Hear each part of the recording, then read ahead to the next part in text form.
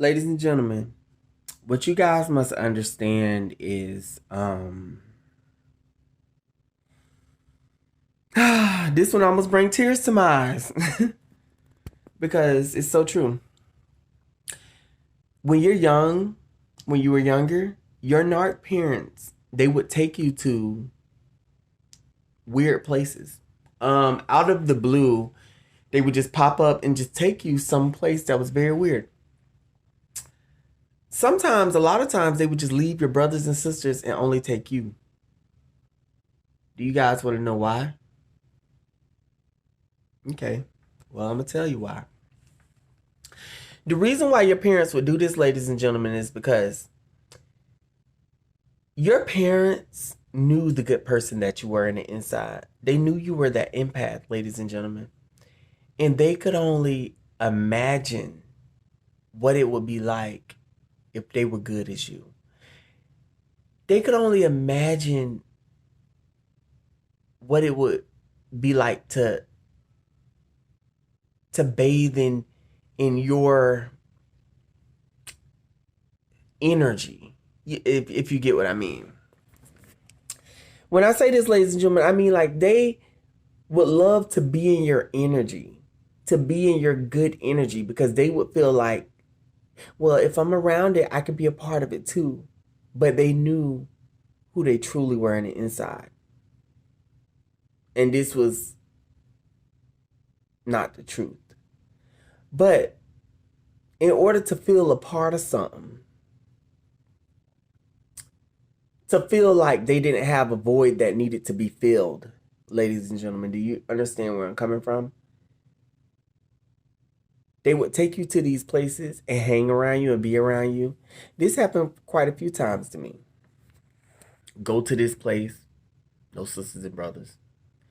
Go to that place, no sisters and brothers. And you know what's so sad too? Like, for example, like,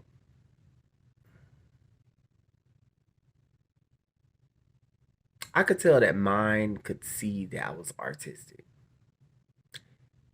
And they knew that they were so treacherous, but they knew that they had to do something because it's just obvious there's something unique about their son.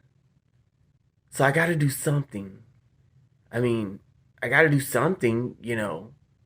And I'll never forget they took me to a place where a woman taught me art.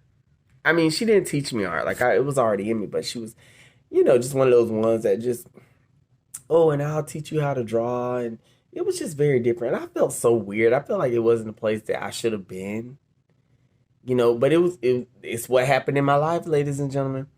But I will tell you that there was a place that and see, a lot of times your brothers and sisters was narcissists. You didn't even know. And your parents seen the good in you. Think back, ladies and gentlemen. Think back to all the phrases that they would say.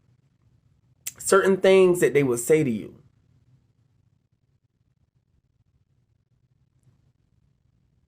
Like mines would always say, you the only thing mama got. Do you hear me, ladies and gentlemen? What would yours say? What would your parents say to you? What were the little phrases that they would say? Because what it is they seen the light of you, but they're so dark and so evil that they can't, they can't, like, they know that they'll never be a part of that because of that evilness and darkness. So it's like they would take you to certain places to try to feel good, even though they weren't. It's sad. It's so, ladies and gentlemen, this is the part of narcissism that just makes me so saddened for these people.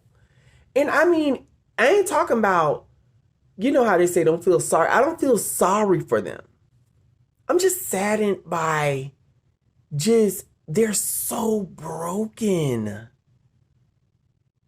It's like you wish you could just snap your fingers and say, and they would transform from these evil beings into loving, caring people.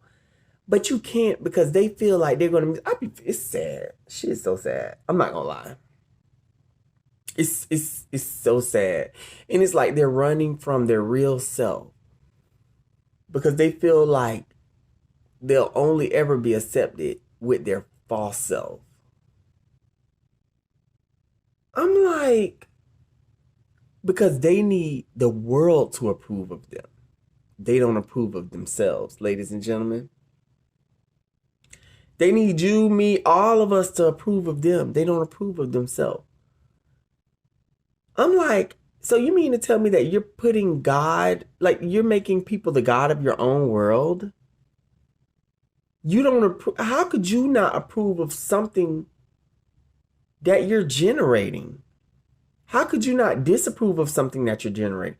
If you know that you have a false self and you're like, that's not really who I am, I approve of my true self, the narcissist could easily rewire themselves and win the game. They could easily say, well, you know what? I don't care who approve of my true self. I'm gonna treat my true self better than I do my false self because my true self is my true self. And this is who I am, and nobody have no other choice but to accept it.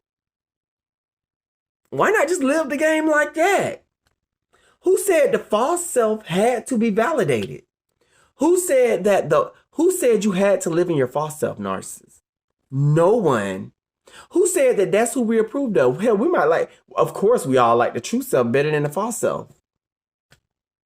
But because they're so delusional in their mind, they believe that, nope, it's about my false self being validated. They literally have made themselves believe that their false self is the only true self that they can show in this world, and people will accept it and validate it. I'm like, they brain is warped. Do you hear me, ladies and gentlemen? And you guys, all y'all have to do is just pray and thank God that it ain't y'all, because it could have been y'all, but it's not. Thank God, because it's just like, And it's a continuous cycle of spiritual bondage. These people don't change. They go around in circles just like this. And what happened is, you cannot do that. You know what they're doing, ladies and gentlemen? They are playing with their salvation. That's not good. Because what happens when you keep going around, and then all of a sudden, the clock doesn't stop ticking? It is your time to die. They will go to hell, ladies and gentlemen. They're going to go to hell. And it's so sad because it's just like, this could have been avoided. I mean, you literally ran all your evil deeds and danced right into hell. They can have it. For my empaths that choose to follow the light, follow me, you guys, okay? Follow the light and follow God, of course. But stay close to my channel, ladies and gentlemen, because we're gonna make positive movements, and we got a lot more stuff coming, and it's gonna move us in the direction of where we need to go, right? We need to go towards the light, right? Because when we leave here, we were trying to make it where we want to go to heaven, right? We don't want to go to hell and burn in flames and everlasting torment with demonic figures that you see off of TV and shit like that. No, we want to go up there. So it's like, this channel is we're gonna start shifting this channel. We got to start shifting it. You know, we've exposed the narcissists. We're doing, and I feel like this is so good. And I feel good because I feel like God is proud of me for doing this. And we're going to shift the channel to a more positive frequency.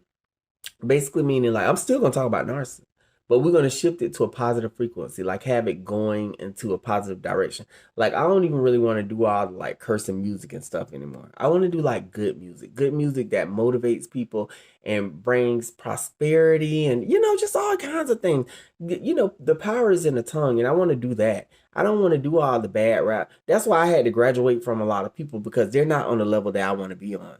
A lot of people say, oh, Avius, let me get with you, let me do music. But all you care about is like some real deal, like crazy off the wall, like twerking and cussing and street type you know what I'm saying? I want to do music that's wholesome, that make people feel alive, you know? But anyways, I was just thinking about that.